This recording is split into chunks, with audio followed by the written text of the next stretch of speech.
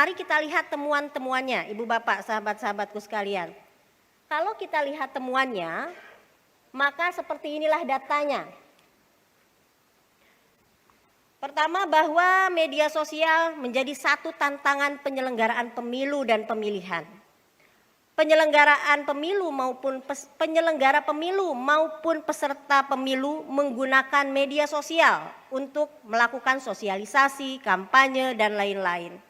Media sosial jadi instrumen yang dinilai paling efektif baik oleh mereka yang berkontestasi ya untuk mengkampanyekan agenda, menyebarluaskan ide dan gagasan. Hal ini tidak terlepas dari dampak manfaat penggunaan media sosial. Kalau kita sama-sama lihat datanya We Are Social, jumlah pengguna internet 2023, wow, bombastis di Indonesia ini ya, mencapai 77%. Dan sebanyak 60,4%-nya adalah pengguna media sosial aktif. Yang saya yakini kita semua yang ada di ruangan ini adalah pengguna media sosial aktif. Selain itu, 83,2% pengguna internet di Indonesia digunakan untuk menemukan informasi. Ini sisi positifnya. Artinya, kalau kita mau menyebarkan informasi yang baik, yang benar terkait kepemiluan di 2024 juga pemilihan, maka memang mau tidak mau kita harus menggunakan media sosial. Karena ini ajang pencarian informasi. Nah, sekarang kita lihat, berdasarkan slide berikutnya, inilah jumlah kejadian kerawanan kampanye di media sosial yang dibidik dari proses yang dilakukan oleh Bawaslu. Pertama, kalau Ibu Bapak lihat, saya perlu menjelaskan yang warna abu-abu adalah di kabupaten kota, untuk yang warna hitam adalah di tingkat provinsi. Kalau melihat ini, maka kita sama-sama bisa menyimpulkan ternyata yang paling kejadian yang paling banyak, yang paling rawan di kabupaten dan di provinsi itu berbeda. Kalau di kabupaten kota hoax, kalau di provinsi adalah ujaran kebencian. Nah, lebih detail kita lihat slide berikutnya. Ibu Bapak, sahabat-sahabatku sekalian, kalau kita lihat dari slide ini, kita bisa membandingkan isu di tingkat provinsi untuk kerawanan kampanye di media sosial. Pada level provinsi, kampanye bermuatan ujaran kebencian adalah indikator yang paling banyak terjadi pada kampanye di media sosial. Dengan skor, dengan persentase 50%, disusul dengan kampanye hoax, bermuatan berita bohong 30%, dan yang bermuatan sara itu 20%. Artinya ujaran kebencian mendominasi.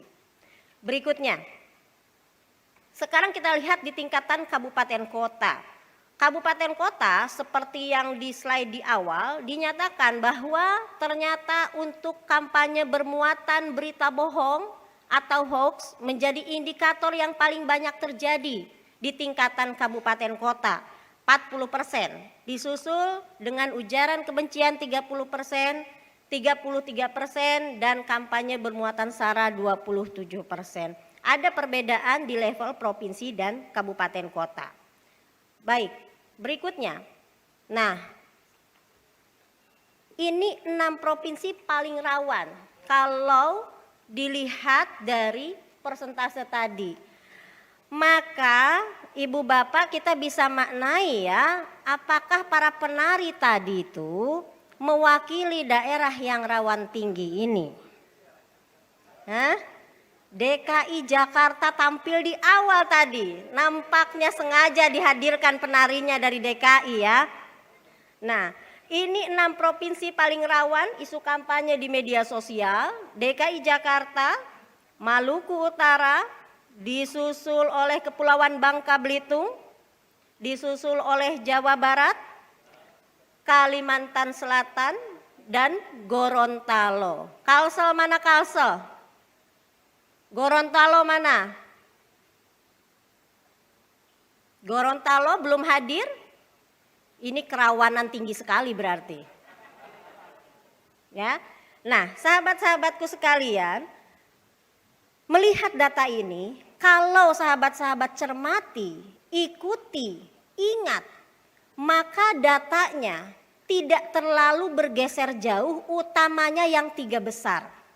Maluku Utara, DKI Jakarta, ya. Bangka Belitung kemarin juga masuk kerawanan tinggi. Kalau sahabat-sahabat cermati, maka rata-rata provinsi ini nggak berubah. Dia tetap masuk di 5 besar, dia masuk ke 6 besar.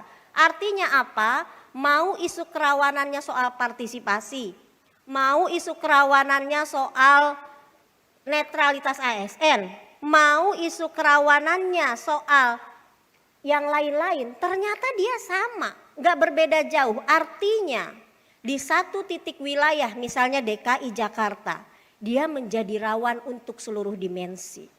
Dia menjadi rawan untuk seluruh isu strategis. Maka upaya yang harus dilakukan harus luar biasa. Nah, sekarang kita lihat, kalau tadi provinsi, sekarang adalah 20 kabupaten kota paling rawan isu kampanye di media sosial. Ibu bapak, sahabat-sahabatku sekalian, ini kalau bicara soal Intan Jaya, mana Intan Jaya ini? Kalau bicara soal Kabupaten Intan Jaya, tanpa harus lihat data ini pun kita sudah tahu ya bahwa dia rawan tinggi. Soal jaringannya, soal kampanye muatannya. Nah, ini potretnya. Kabupaten Intan Jaya, Kabupaten Malaka, Kota Jakarta Timur, Pak Ketua, Pak Kordip, lalu Kabupaten Purworejo, Jawa Tengah ya, Kabupaten Jayawijaya, Yapen, Lombok Timur. Nih, ini sahabat-sahabatku bisa dilihat. Di Sulbar ada Pasangkayu, ada Kota Balikpapan, Mas Gali, ada Kota Bogor, Kang Usep. Jadi inilah 20 kabupaten kota yang rawan tinggi untuk isu media sosial. Sekarang kita lihat 15 provinsi paling rawan isu kampanye di media sosial berdasarkan agregasi kabupaten kota. Halo, selamat berjumpa dengan saya Anika, pembaca berita podcastnews.id. Saksikan terus konten-konten menarik dari kami. Jangan lupa subscribe, like, dan komen. Terima kasih.